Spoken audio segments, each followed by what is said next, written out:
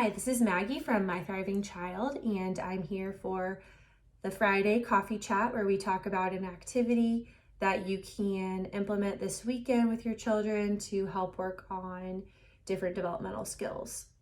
So again, I bring that occupational therapy perspective to things where I talk about how you can grade and adapt activities to meet your child where they're at, and then also highlight different skills that each activity works on.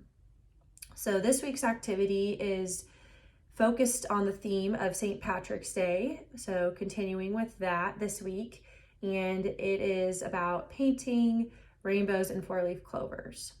So I'll start with going over the painting aspect of things. So you can have your child use a paintbrush, so they're going to get more of that utensil use. It could be a bit more challenging. It's going to work on fine motor control, strength in their hands, and it also can work on that tripod grasp. So if that's something that they're working on with handwriting with the pencil, this is a great way to generalize that skill to a different activity and work on that. It can be a bit more fun to do it that way. They can also finger paint, so that's going to add in, of course, that sensory piece of putting your finger in wet paint. It also works on finger isolation, so if they're not using their pointer finger very often, or maybe if they're not using their thumb for a pincer grasp, it can help bring awareness to those fingers and then also strengthen those fingers. So those are two ways to grade and think about how they're painting for this activity. So since they're going to be replicating a rainbow or a four-leaf clover, we want to think about the ways to progress that. So tracing would be the easiest on that scale level. So it's going to be visual boundaries, whether they're coloring in within visual boundaries or tracing around the edges with the paint or the paintbrush. And then you would try, if they were doing okay with that, you could try imitation. So they see you create either, the fingerprint for the four-leaf clover or the arc for the rainbow with their finger or with the paintbrush, and then they do it right after you. So they see you create that stroke. If they do okay with that, you can try copying. So they just are looking at a picture of a rainbow or a four-leaf clover, and they're using their paintbrush or their finger to create that visual from the picture and not seeing it, the actual process of it being created. So those are ways to grade that.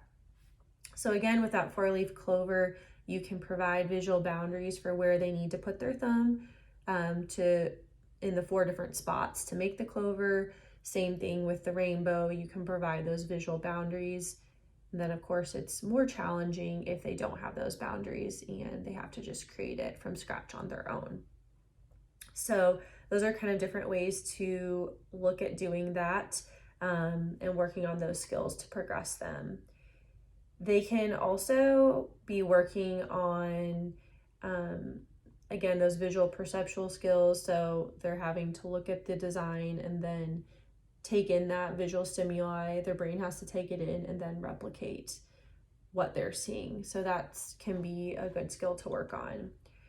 With the rainbow, it's a bonus because they're having to make an arc, so go horizontally left to right across the page and cross midline. So both sides of the brain are having to work together to create this controlled and complex movement, which is always important to work on and a very functional skill.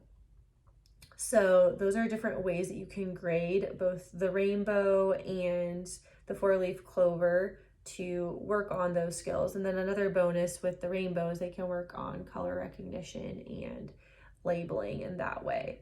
So this activity works on a lot of different skills and, like I said, a lot of different ways to grade it, whether that be using the paintbrush, finger painting, are they copying, are they imitating, are they tracing?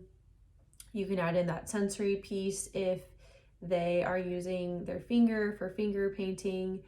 You can work on that tripod grasp if they're using the utensil.